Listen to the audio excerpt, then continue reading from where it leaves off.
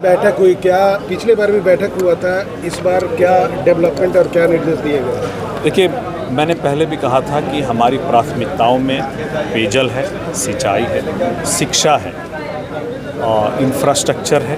Roads हैं और इन्हीं सारी चीज़ों को लेकर के जो पिछली दिशा की बैठक हुई थी, हम लोगों ने अलग अलग विभागों की समीक्षा के माध्यम से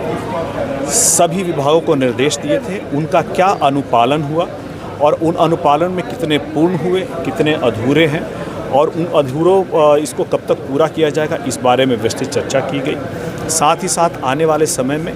कौन कौन सी ऐसी परियोजनाएं हैं जो जमुई में उतारी जाएंगी और उसका क्या प्लान होगा, कैसे उतारी जाएंगी, इन सब पर एक विस्तृत चर्चा की गई। सबसे बड़ी खुशी की बात यह है, जो मैं जनता को बताना भी चाहूँगा, कि प्रशासन के द्वारा यह अवगत कराया गया कि बहुत प्रतीक्षित लंबे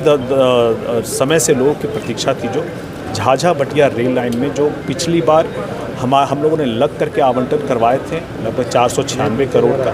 प्रशासन ने आज इस बात का संज्ञान दिया कि अधिग्रहण लगभग पूरा होने वाला है और जल्द ही इस पर रेल परियोजना का कार्यान्वयन आप होते हुए देखेंगे। इसके साथ ही साथ मैंने प्रशासन को इस बात के लिए सजग किया कि हमारे प्रयासों से अगर नवादा लक्ष्मीपुर लाइन अब स्वीकृत हो गया है, 621 करोड़ का आवंटन हो गया है, तो तुरंत ही इसको, जैसे ही आपके पास इसके निर्देश आएंगे, आपको तुरंत लग करके इस पर भी कार्य शुरू कर देना है, ताकि जमुई की जो कनेक्टिविटी है, रेल कनेक्टिविटी है, जो हम लोगों ने कहा है कि हम हाई कैपेसिटी रेल कॉरिडोर के तौर पे इसको डेवलप करना चाहते हैं, इसको भी बल मिल सके। साथ ही साथ पेयजल को लेकर के बात हुई, चूँकि गर्मी और इसके बाद बारिश की बात है, जहाँ पर किसानी की बात होगी, बिजली आपूर्ति की बात इसके साथ हुई, क्योंकि उस वक्त बहुत मोटर चलते हैं और पानी की ज़रूरत होती है, इस पर विस्तृत चर्चा हुई। प्रशासन ने बेहतर प्रयास किए हैं, पहले से बेहतर नतीजे देखने को मिले हैं, मगर अभी भी जो कमी है उसको एक चरणबद्ध तरीके से पूरा किया जाए, इसके लिए आवश्यक दिशा निर्देश दिए गए हैं। केंद्र सरकार ने संसद में 3 बिल लाया था महिलाओं के को आगे बढ़ाने के लिए, वो ड्रॉप हो गया, तो उसको लेकर विपक्ष को क्या मैसेज रहेगा, कैसे हो रहा है? देखिए, महिला आरक्षण बिल जो आया था, किसी भी नीति को जब आप लाते हैं और जब संसद में पास हो जाता है तो उसको आगे बढ़ाने के लिए आपको छोटे छोटे कानून बनाने की और ज़रूरत पड़ती है, ताकि इसको धरातल पर उतारा जा सके। प्रिंसिपल तौर पर विपक्ष ने उस वक्त सपोर्ट किया था, लेकिन आज के दिन जब इसको धरातल पर उतारने की बारी आई तो कांग्रेस और राजद ने मिल करके, चूँकि उन्होंने पहले भी अपने समय पे पास नहीं किया था, इसको लेकर के जो छोटे छोटे नियम कायदे कानून बनाने की ज़रूरत होती है, उसको लेकर के उन्होंने अपने हाथ पीछे खींच लिए, जिसका हम सभी ने विरोध किया और आज सड़कों पर भी हमारा ये विरोध प्रदर्शन हो रहा है। ज़रूरी ये है कि अगर हम अपनी आधी आबादी को अगर 1/3 अधिकार नहीं दे पाएंगे, तो इन दलों को सोचना होगा कि उनकी राजनीति की दिशा और दिशा भविष्य में किधर जा रही है। जो नारी शक्ति के, जो हमारी आधी आबादी है, वो उसके 1/3 अधिकार देने के भी नहीं देना चाहते हैं। पप्पू यादव का एक बयान आया है, उस पर राजनीति तेज़ हो गई है,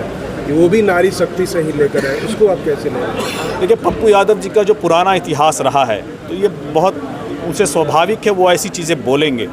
ज़रूरी ये है कि जिस संदर्भ में इन्होंने इन चीज़ों को बोला है, सही संज्ञान लिया है महिला आयोग ने और संज्ञान लेकर के उनको नोटिस दिया है। अब ज़रूरी है कि पप्पू यादव जी जाके या तो क्षमा मांगे या अपना स्पष्टीकरण महिला आयोग के सामने दें। इस तरह का बयान अगर मान लीजिए दी जाती है और फिर क्षमा मांग दी जाती है, तो क्या इससे राजनीति हो जाएगी, पूरी हो जाएगी? महिला भावना को कितना ठेस पहुँचेगा इससे? तो जिस तरह उनका बैकग्राउंड रहा है, उनसे इस बात की अपेक्षा करना कि वो ऐसी चीज़ें ना करें, संभव ही नहीं है।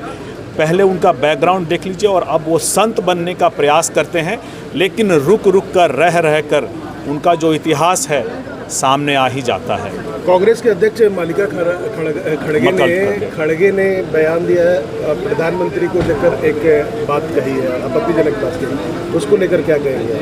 देखिए, वो भी नेता सदन रहे हैं, अभी भी नेता सदन हैं राज्यसभा में,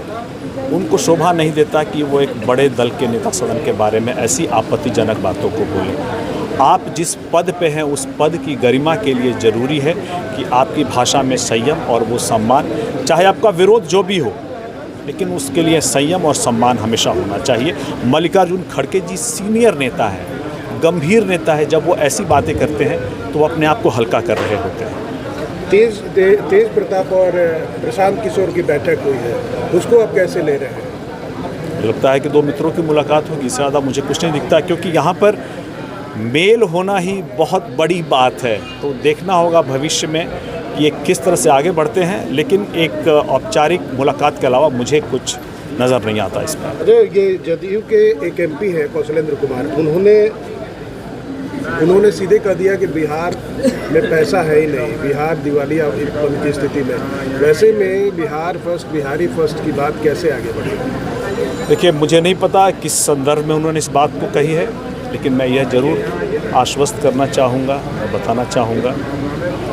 कि इस तरह की जो भी बात बताई जाती है सरासर गलत है। यहाँ के लोग,